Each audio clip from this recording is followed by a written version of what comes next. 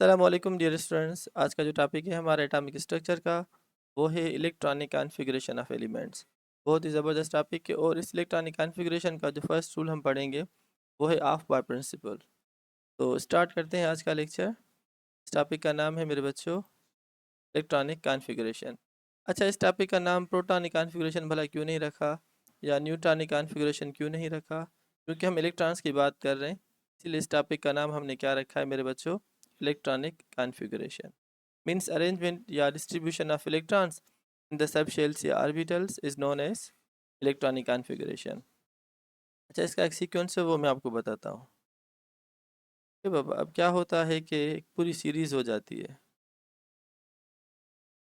तो टॉपिक का नाम क्या है हमारा, इलेक्ट्रॉनिक कॉन्फ़िगरेशन।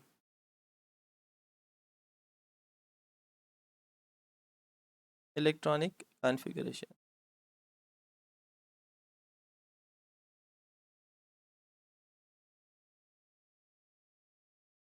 अच्छा, हमारे हमने जो सब शेल्स के बारे में पढ़ा था, अगर आपको याद हो तो हम स्टार्ट करते हैं 1s से। 1s के बाद फिर 2s, 3s, 4s, 5s, 6s और 7s। ठीक है, 7s। अच्छा, फिर 7s के बाद आएगा 8s।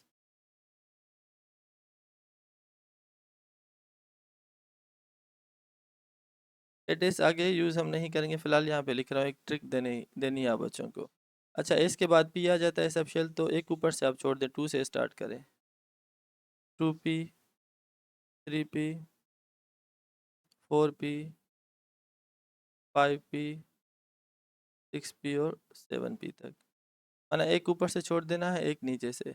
अच्छा, पी के बाद डी आ जाएगा, तो एक ऊपर से आप छोड़ दें, तो 3d, 4d, 5d के बाद 6d।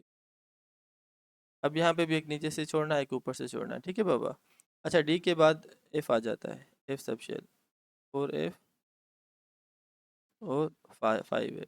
ठीक है, तो एक ऊपर से छोड़ देना है यहाँ से, एक यहाँ से नीचे से। अच्छा, अब यहाँ पे हमें क्या करना है, 8 एरोज। कितने हमें एरोज लगाने हैं?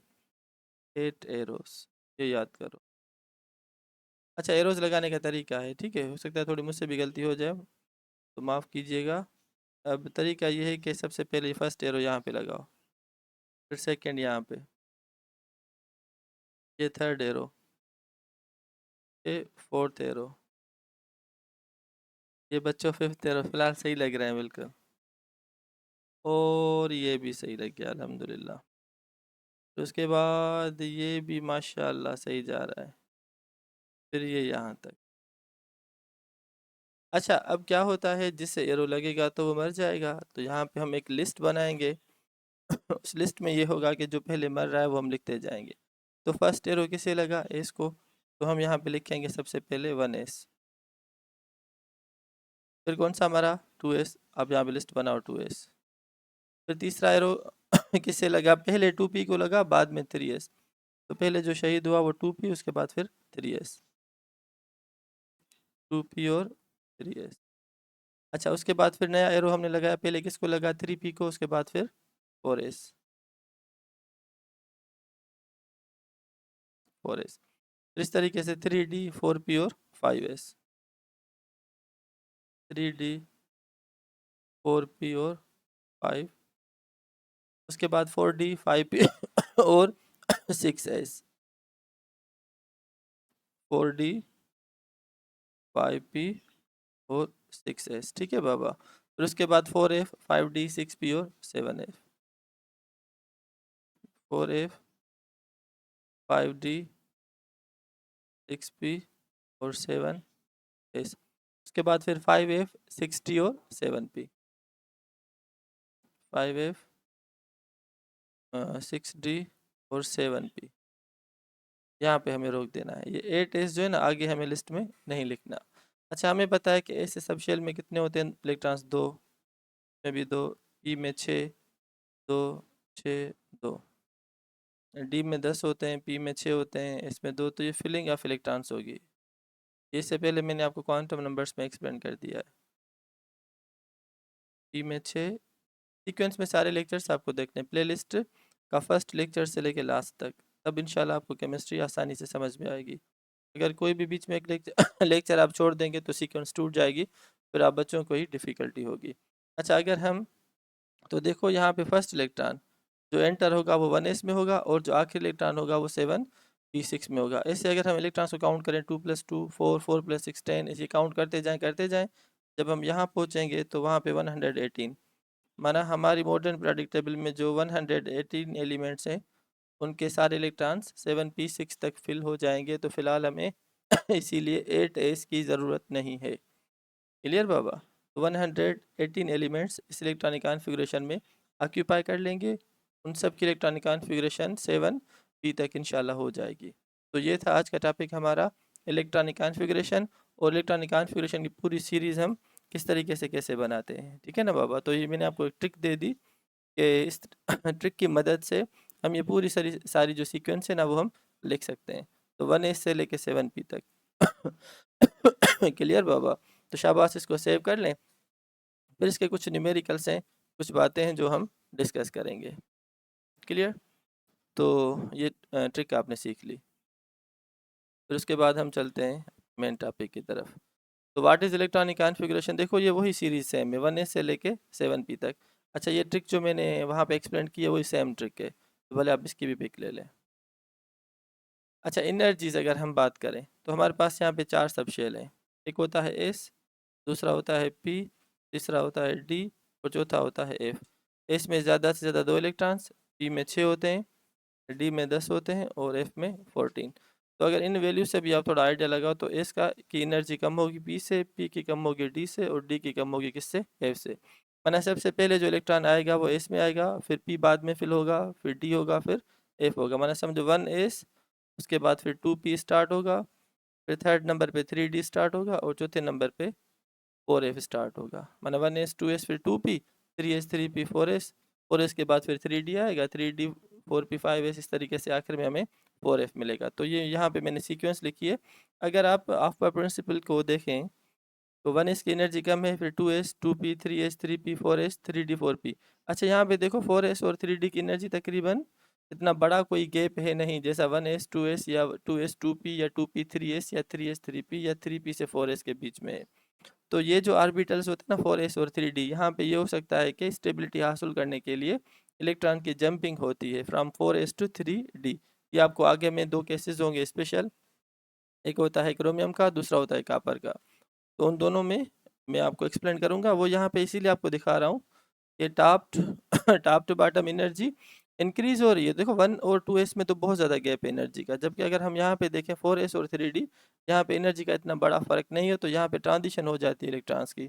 इसीलिए जो D block outer transition elements होते हैं ना डी ब्लॉक वाले, उन्हें हम ट्रांजिशन मेटल इसीलिए भी कहते हैं क्योंकि वो एलिमेंट्स, उसके 2 एलिमेंट्स स्पेशली कापर और क्रोमियम, स्टेबिलिटी हासिल करने के लिए ट्रांजिशन कराते हैं अपने इलेक्ट्रॉन्स की फ्राम 4s to 3d, क्योंकि एनर्जी का इतना बड़ा बैरियर नहीं है, इतनी बड़ी रुकावट नहीं है। 1s से 2s में कभी भी नहीं जाएगा। क्लियर बाबा? तो ट्रांजिशन पॉसिबल कहाँ पर होगी? 4s 3d में होगी, 5s 4d में होगी, और उसके अलावा मोस्टली जो हम ट्रांजिशन कराते हैं from 6s to 5d। Clear बाबा? तो यहाँ पे हमने क्या सीखा इस स्लाइड की मदद से? Energy top to bottom increase हो रही है। सबसे ज़्यादा जो एनर्जी होगी वो किस सबशेल की होगी? पी की, और लास्ट वाला 7p। और सबसे कम किस ऑर्बिटल की होगी? यहाँ पे 1s की। तो 1s की सबसे कम है, और सबसे ज़्यादा उसकी होगी जो लास्ट में लिखा होगा, जैसे 7p। तो continuously energy increases from 1s to 7p। अच्छा, वही बात मैंने यहाँ पे भी लिखी है कि energy of s orbital is less than p, energy of p is less than d, energy of d is less than e. अब आ जाते हैं हमारे मेन टॉपिक की तरफ। The process of distribution of electrons into their respective subshells या orbitals is called electronic configuration. The distribution of electrons is available in the available orbitals is governed by the four rules of by principle, और दूसरा होता है n+1 rule, तीसरा होता है पाली exclusion principle, और चौथा होता है हिंड्स रूल। तो हमारे इस MD कैट के सिलेबस में फ़िलहाल 3 का जिक्र है, मगर n+1 रूल इंशाल्लाह मैं आपको एक्सप्लेन कर दूंगा। ये वही सीक्वेंस सेम है कि एस के लिए एल का वैल्यू 0 है, पी के लिए एजिमुथल क्वांटम नंबर का वैल्यू 1 है, डी के लिए 2 है, और एफ के लिए 3 है। क्लियर बाबा? सीक्वेंस वही सेम है, एरोज वही सेम है। ये प्रिंसिपल क्वांटम नंबर और ये है हमारा एजिमुथल क्वांटम नंबर। स्टार्टिंग जो होगी ना फिलिंग ऑफ द ऑर्बिटल्स वो 1s से होगी, और जो आखिर में हम जाएंगे वो कहाँ पे होगा मेरे बच्चों, 7p तक। ये कुछ एडवांस है तो मोस्टली हम यहाँ पे फोकस करते हैं। हमारे जो 118 एलिमेंट्स हैं ना वो यहाँ तक आसानी से फिल हो जाएंगे। तो ये भी वही सेम है कि ज़्यादा से ज़्यादा एस में 2 होंगे, पी में 6, डी में 10 और एफ में 14। ये स्लाइड भी इंपॉर्टेंट है। अच्छा एनर्जी देखो, एनर्जी 1s की कम है 2s से, 2s की कम है 2p से, इस तरीके से। तो आखिर में जो फिलिंग होगी वो 7p में होगी, क्योंकि आफबार ने हमें यही कहा था कि orbitals of lower energy will be filled first with electrons then the orbitals of higher energy. मतलब वो आर्बिटल्स जिनकी एनर्जी कम है पहले हम इलेक्ट्रॉन्स उन्हें देंगे। अच्छा अगर वो कम्प्लीटली फिल हो जाएंगे तो आगे हम नेक्स्ट जो हायर एनर्जी आर्बिटल्स हैं उनमें हम इलेक्ट्रॉन्स ऐड करते जाएंगे। अब यहाँ पे हम कुछ एलिमेंट्स के इलेक्ट्रॉनिक कॉन्फ़िगरेशन करें तो देखो मेरे बच्चों, लिथियम का एटॉमिक नंबर है 3, माना इसके पास 3 इलेक्ट्रॉन्स हैं तो 1s2 और 2s1 आ गया यहाँ पे। इसमें तो 1s2 में 2 इलेक्ट्रॉन्स, और अच्छा कुछ एलिमेंट्स की मैं आपको कॉन्फ़िगरेशन सिखाता हूँ, फिर उसके बाद हम यहाँ पे आ जाएंगे। तो फॉर एग्जांपल अगर मैं आपको कहूँ कि किस तरीके से हम इलेक्ट्रॉनिक कॉन्फ़िगरेशन करेंगे मुख्तलिफ एलिमेंट्स की, इलेक्ट्रॉनिक कॉन्फ़िगरेशन।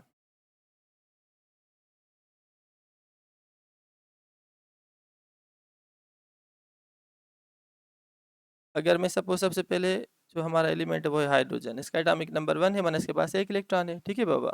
तो इसकी हो जाएगी 1s1, क्योंकि एस में ज़्यादा से ज़्यादा 2 हम ऐड करेंगे, यहाँ पे इसके पास इलेक्ट्रॉन एक ही है तो ये हो जाएगा 1s1। अच्छा हाइड्रोजन के बाद फिर दूसरा एलिमेंट है हमारे पास हीलियम, हीलियम का एटॉमिक नंबर है 2, तो ये हो जाएगा 1s2, क्योंकि इसमें ज़्यादा से ज़्यादा हम 2 इलेक्ट्रॉन ऐड करेंगे। अच्छा इसके बाद तीसरे नंबर पे हमारा एलिमेंट आ जाता है लिथियम, लिथियम का एटॉमिक नंबर है 3, तो 1s2, उसके बाद आ जाता है 2s1। अच्छा इसमें ज़्यादा से ज़्यादा हम 2 इलेक्ट्रॉन ऐड करेंगे, जो बच जाएंगे वो अगले नेक्स्ट हायर एनर्जी ऑर्बिटल में ऐड करेंगे, तो 2 + 1 = 3। अच्छा फिर लिथियम के बाद दूसरा एलिमेंट है हमारे पास बेरिलियम, इसका एटॉमिक नंबर है 4, है ना, ये हो जाएगा 1s2 और 2s2, 2 और 2 4, ये पूरे हो गए। अच्छा और अगर हम एलिमेंट्स की करें कॉन्फ़िगरेशन तो बोरान है हमारे पास, बोरान का एटॉमिक नंबर है 5, 1s2, 2s2 और 2p। देखो p में ज़्यादा से ज़्यादा हम 6 ऐड करेंगे, मगर यहाँ पे नीड बेस होगा तो 5 इलेक्ट्रॉन से 2 और 2 4, एक बच गया तो हम p में यहाँ पे एक ऐड करेंगे। इसके बाद देखो मेरे बच्चे सपोज नाइट्रोजन है 7, तो ये हो जाएगा 1s2, 2s2 और 2p। देखो 4 यहाँ पे आ गए, ये 7 है तो इसमें 3 हम ऐड करेंगे, तो 1s2, 2s2 और 2p 3। अच्छा इसके बाद अगर हम फ्लोरीन की बात करें, 9 एटॉमिक नंबर, 1s2, 2s2 और 2p 4, ये 9 है तो यहाँ पे 5 आ जाएगा। अगर हम सोडियम की बात करें, 11 एटॉमिक नंबर है इसका, तो मेरे बच्चों 1s2, 2s2, 2p6, ठीक है। तो 2 और 2 4 और 6 10 हो गए, एक बच गया, 2p के बाद आ जाता है 3s1। तो इस तरीके से हम मुख्तलिफ एलिमेंट्स की करेंगे इलेक्ट्रॉनिक कॉन्फ़िगरेशन।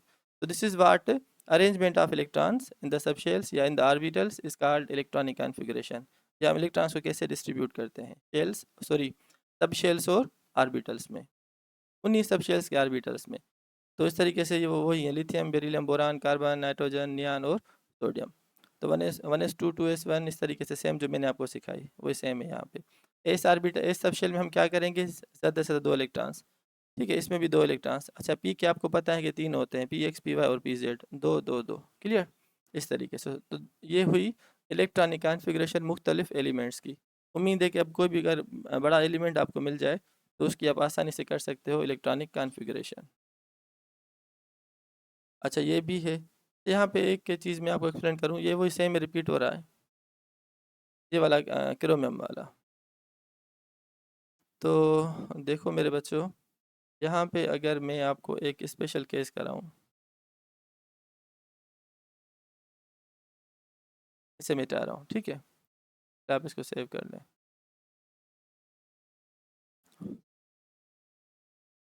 अब ये क्या होते हैं, एक्सेप्शनल केसेस। यहाँ पे कौन से केसेस होंगे मेरे बच्चों, एक्सेप्शनल केसेस,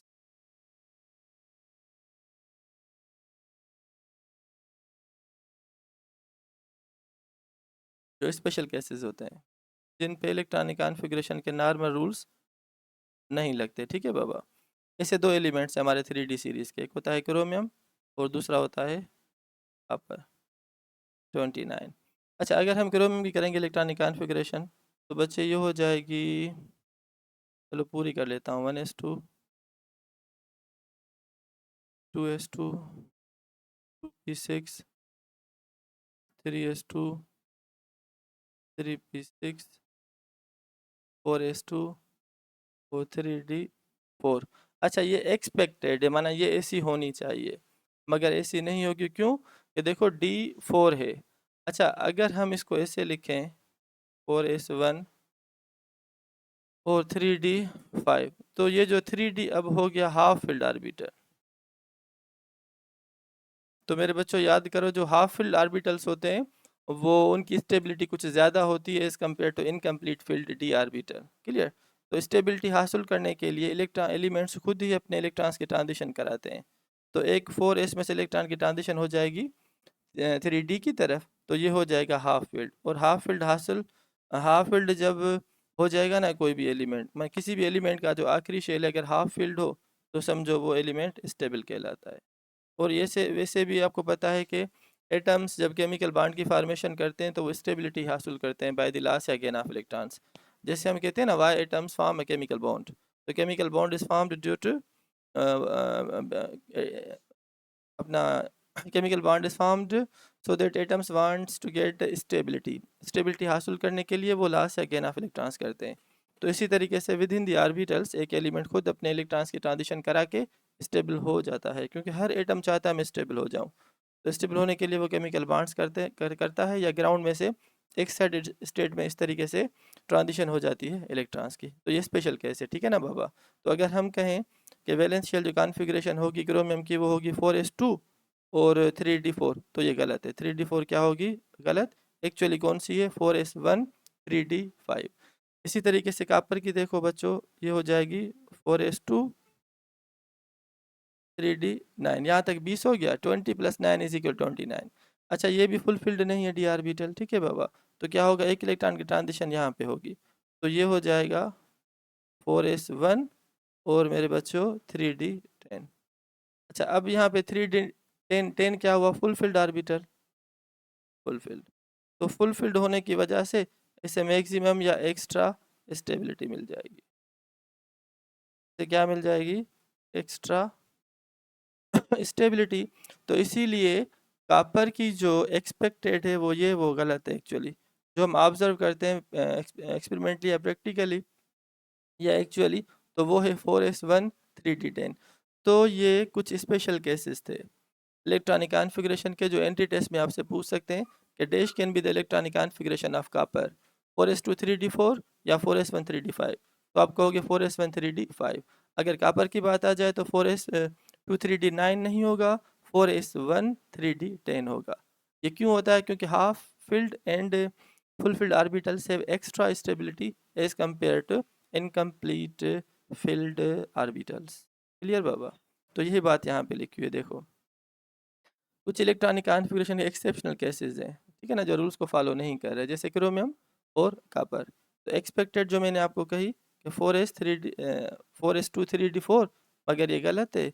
जो सही है मेरे बच्चों वो ये है 4s1 3d5, क्योंकि हाफ फील्ड आ गया। इसी तरीके से 4s2 3d9 ये गलत है एक्सपेक्टेड। और जो एक्चुअल हम ऑब्जर्व करते हैं कॉपर की कॉन्फ़िगरेशन, वो होती है 4s1 3d10। ये कुछ फेयर स्टाइल है मेरे बच्चों। उम्मीद है कि नोट्स आप बच्चों को पसंद आ रहे होंगे। अच्छा, द रीज़न क्या है इसके पीछे? Full filled orbitals and half filled orbitals have been found to have extra stability. माना अगर हम p3 p6, क्योंकि p में क्या होते हैं, ज़्यादा से ज़्यादा 6 होते हैं, तो हाफ फील्ड ये full filled, d5 half filled ये full filled, f7 half filled और ये full filled configurations are more stable than the p2 p5 d4 d9 f6 और f13। माना वन शार्ट भी हो तो भी खैर है, माना वो स्टेबल नहीं होगा। स्टेबल वो होगा या तो हाफ फील्ड हो या फुल फील्ड, या हाफ फील्ड या फुल फील्ड, या हाफ फील्ड या full filled. So in case of chromium and copper, to attain extra stability, one electron from 4s move to the 3d। बहुत अच्छे तरीके से मैंने आपको एक्सप्लेन कर दिए ये दो स्पेशल केसेस। तो याद करो, जब हम कॉपर या क्रोमियम की बात करेंगे तो उनकी जो एक्सपेक्टेड इलेक्ट्रॉनिक कॉन्फ़िगरेशन उसको हम फॉलो नहीं करेंगे। हम एक्स्ट्रा जो स्टेबिलिटी हासिल करने के लिए जो ट्रांजिशन होती है इलेक्ट्रॉन की फ्रॉम 4s टू 3d।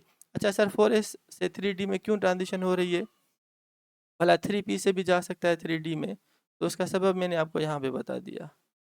देखो यहाँ पे क्या हो रहा है मेरे बच्चों, 4s और 3d, इनमें क्या होता है कि एनर्जी का इतना बड़ा बैरियर नहीं है, और वैसे भी कोशिश करते हैं कि इलेक्ट्रॉन्स नीचे से ऊपर जाए, माना 4s से लेके 3d की तरफ। तो बहुत ही कम एनर्जी होने की वजह से ये ट्रांजिशन सक्सेसफुल हो जाती है। तो अब पढ़ते हैं आज का मेन टॉपिक जो था हमारा। अच्छा, ये वही सेम है कि 4s में से एक 3d की तरफ मूव करेगा, तो ये क्रोमियम में क्या हो गया, 5 इलेक्ट्रॉन्स 3d5 हो गए, ये हो गए 3d5। अच्छा, ये क्या हो जाएगा यहाँ पे 3d10, एक 4s का आया इलेक्ट्रॉन, उसने जंप करके यहाँ पे आ गया एक्स्ट्रा स्टेबिलिटी हासिल करने के लिए। तो आज का जो टॉपिक है मेरे बच्चों, अच्छा यहाँ पे भी अगर आप देखें तो क्रोमियम के केस में क्या है 4s1 3d5, और कॉपर में क्या है 4s1 3d10, ये भी वही सेम है। बाकी स्कैंडियम और titanium vanadium chromium manganese iron cobalt nickel copper zinc, इन सब में सही तरीके से होगी, सिर्फ ये दो एलिमेंट्स हैं जो एक्सेप्शनली बिहेव करते हैं, एक होता है क्रोमियम और दूसरा होता है मेरे बच्चों कॉपर। अच्छा, अब आ जाते हैं ऑफ बाय प्रिंसिपल की तरफ। अच्छा, मोस्टली क्या होता है जब कोई भी हम लॉ या प्रिंसिपल बच्चों को पढ़ाते हैं, तो उसके आगे जो वर्ड लिखा होता है हम कहते हैं कि साइंटिस्ट ने दे दिया। जैसे हम कहते हैं हुंस रूल, हुंस ने दे दिया, ली चेटिलियस प्रिंसिपल, ली चेटिलियर ने दे दिया, ठीक है बाबा। या Boyle's law, Charles law, Boyle's ने दिया, चार्ल्स ने दिया, एवोगेड्रोस लॉ, एवोगेड्रो ने दिया। तो आप ये ना समझें कि Aufbau principle was given by Aufbau किसी साइंटिस्ट का नाम है, नहीं। तो ऑफ बाय किसी भी साइंटिस्ट का नाम नहीं है, जर्मन लैंग्वेज का वर्ड है जिसकी मीनिंग होती है टू बिल्डअप या बिल्डिंग करना। जैसे 1s 2s 2p 3s, ये पूरी सीक्वेंस बनाने में जो बड़ा रोल था वो किसका था, वोल्फगैंग पाली का। अच्छा, ऑफ बाय प्रिंसिपल किसने दिया था, what was the name of that scientist, that was a Wolfgang Pauli. This principle was given by the Wolfgang Pauli. याद करें कि ऑफ बाय प्रिंसिपल ऑफ ने नहीं दिया था, वोल्फगैंग पाली ने दिया था। ये वही पाली है जिसने हमें बताया था कि एक ऑर्बिटल में हम ज़्यादा से ज़्यादा 2 इलेक्ट्रॉन्स ऐड कर सकते हैं, 2 से ज़्यादा नहीं कर सकते। अच्छा, आफ्मा ने हमें क्या बताया, सॉरी, पाली ने हमें क्या बताया ऑफ प्रिंसिपल में, कि बच्चों जो है ना वो orbitals of lower energy will be filled first with the electrons, then the orbitals of higher energy in a sequence. माना सीक्वेंस कैसे है, जो यहाँ पे मैंने आपको एक्सप्लेन कर दी, ठीक है ना बाबा। तो एनर्जी 1s की ज़्यादा कम होती है, 2s से बना ऐसे, पहले 1s फिर 2s, ये सीक्वेंस फॉलो होगा। तो ऑर्बिटल्स ऑफ लोअर एनर्जी जैसे 1s 2s will be filled first with the electrons, then the orbitals of higher energy in a sequence, पहले सिंगल फिल करेंगे, उसके बाद डबलिंग बाद में होगी। जो होन्स ने कहा था वो इन डिटेल में मैं आपको इंशाल्लाह एक्सप्लेन करूँगा। अच्छा, पढ़ लेते हैं इसको। तो according to Aufbau principle in the ground state, excited की बात नहीं हो रही, क्रोमियम कॉपर की बात नहीं हो रही, ठीक है बाबा, नॉर्मल जो होती है electronic configuration. In the ground state of atoms, the electrons are filled to the orbitals of lowest energy first. Later will be in the higher energies in a sequence, but maximum 2 electrons to each orbital। ये भी इसी ने पाली ने बताया था ना, आपको याद है कि ऑर्बिटल में हम ज़्यादा से ज़्यादा किसी भी सब शेल का कोई ऑर्बिटल हो, एस का हो, पी का हो, डी का हो या एफ का हो, तो कोई किसी भी सब शेल का कोई भी ऑर्बिटल आप उठाएंगे तो एक ऑर्बिटल के अंदर हम ज़्यादा से ज़्यादा 2 इलेक्ट्रॉन्स ऐड कर सकते हैं। ये भी इस पाली ने कहा था। The electrons are filled in the order of increasing orbital energy starting from 1s। 1s से स्टार्ट होगा, क्योंकि जो ऑर्डर ऑफ एनर्जी वो s की कम होती है p से, p की कम होती है d से, ये f मैंने आपको पहले बता दिया था। तो electrons first occupy the lowest energy orbital, जैसे 1s है, available to to them. Once the lower energy orbitals are complete filled, जैसे 1s पूरा हो गया फिर हम 2s में जाएंगे, 2s पूरा हो गया तो 2p में जाएंगे। Then the electron enter to the next higher energy orbital. The order of filling of various orbitals is per of a principle is also with the agreement to n plus l rule। आगे एक दूसरा rule है जिसे हम कहते हैं मेरे बच्चों n plus l रूल, वो भी मैं आप बच्चों को एक्सप्लेन करता हूँ। ये वही सेम है जो मैंने आपको एक्सप्लेन कर दी। अच्छा, अब यहाँ पे थोड़ा मैं आपको n plus l रूल के बारे में बताता हूँ। n plus l, ये वाइसवेयर साइंटिस्ट था, उसने दिया था n plus l रूल, ठीक है, विलियम वाइसवेयर 1945 में। अच्छा, तो एन क्या होता है, प्रिंसिपल क्वांटम नंबर, और देखो एल क्या होता है मेरे बच्चों, एल को हम कहते हैं एजीमुथल क्वांटम नंबर। ये मैंने आपको पहले ऑलरेडी क्वांटम नंबर्स में एक्सप्लेन कर दिया है, ठीक है ना बाबा। तो कुछ इसके एग्जांपल्स हो जाएं, से for example 1s,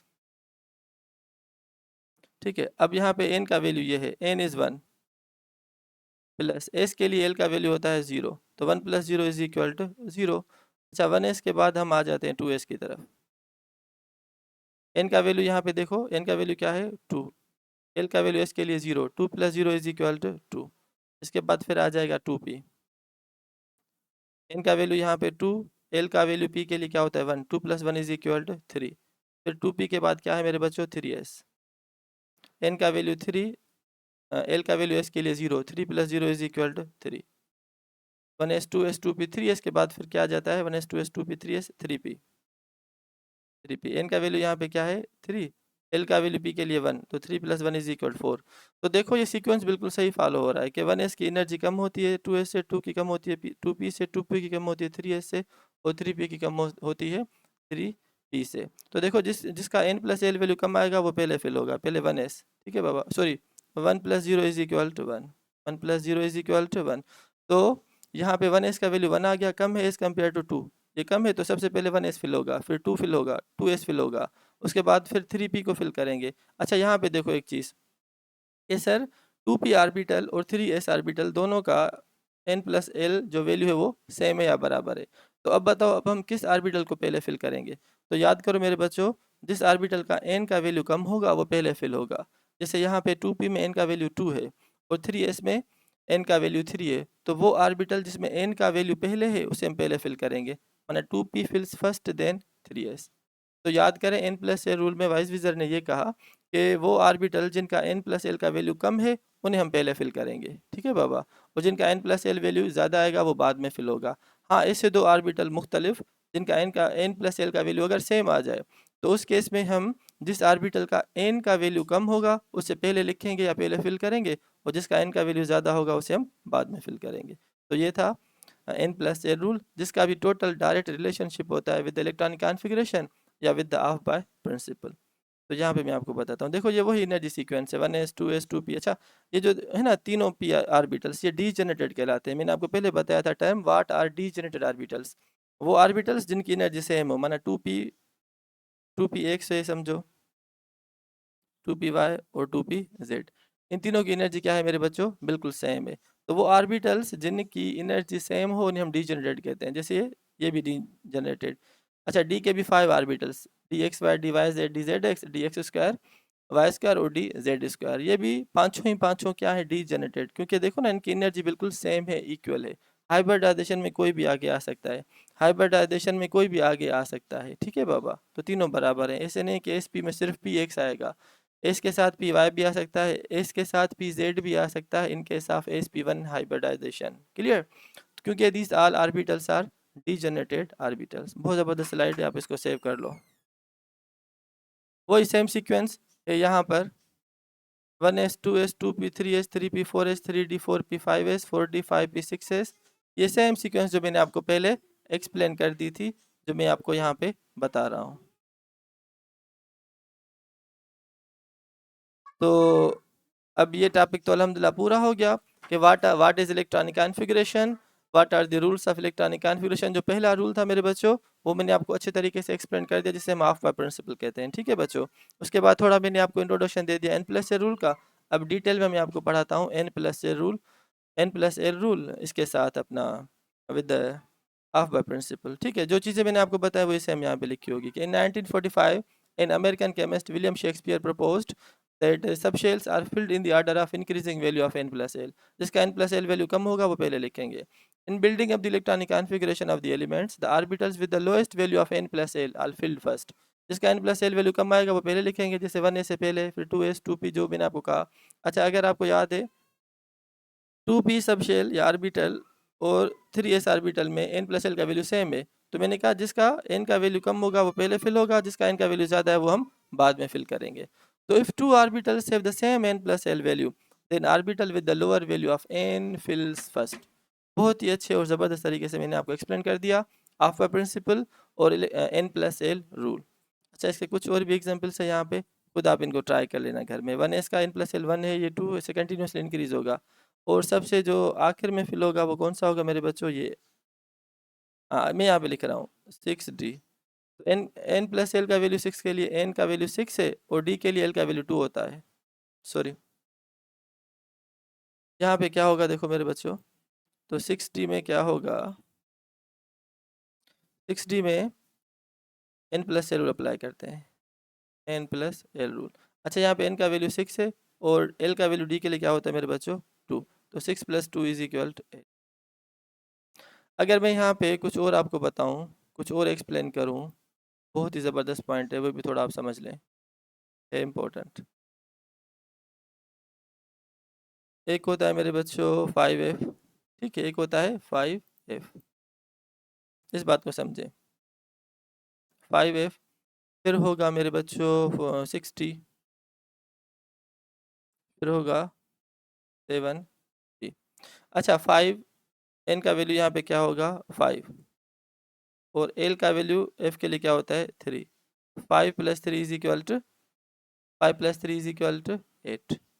n + l का वैल्यू क्या आ गया यहाँ पे 8। आ जाओ यहाँ पे n का वैल्यू 6, d के लिए l का वैल्यू होता है 2, तो 6 + 2 is equal to 8। By the same way यहाँ पे भी n का वैल्यू क्या है 7, l का वैल्यू p के लिए क्या होगा मेरे बच्चों, क्या होगा 1, तो 7 + 1 इज इक्वल टू 8। अब यहाँ पे तीनों आर्बिटल्स का n + l वैल्यू सेम आ रहा है 8, 8 और 8, तो कौन सा पहले फिल होगा, जिसका n का वैल्यू पहले है, ये वाला। तो पहले हम 5f लिखेंगे, फिर उसके बाद लिखेंगे 60, और आखिर में हम क्या लिखेंगे 7p। तो उम्मीद है कि आपने समझ लिया, वो जो सीक्वेंस हमने पहले ड्रा करी थी फ्राम 1s to 7p, तो 7p बिल्कुल लास्ट में हम लिखेंगे। तो ये था आज का टॉपिक हमारा इलेक्ट्रॉनिक कॉन्फ़िगरेशन, जिस पे हमने डिटेल में दो प्रिंसिपल्स को पढ़ा या रूल्स को पढ़ा। एक था हाफ बार प्रिंसिपल जो वोल्फगैंग पाली ने दिया, और दूसरा था n+a रूल जिसको विलियम विज़वेजर ने दे दिया। तो मेरे बच्चों, अगर आपको बात समझ में आ रही है तो लाइक करें, सब्सक्राइब करें और कमेंट करें यूट्यूब चैनल से सरफराज वीएन को, और भी जो स्टूडेंट्स हैं उनको आप बताएं। थैंक यू बाबा, अल्लाह हाफिज़।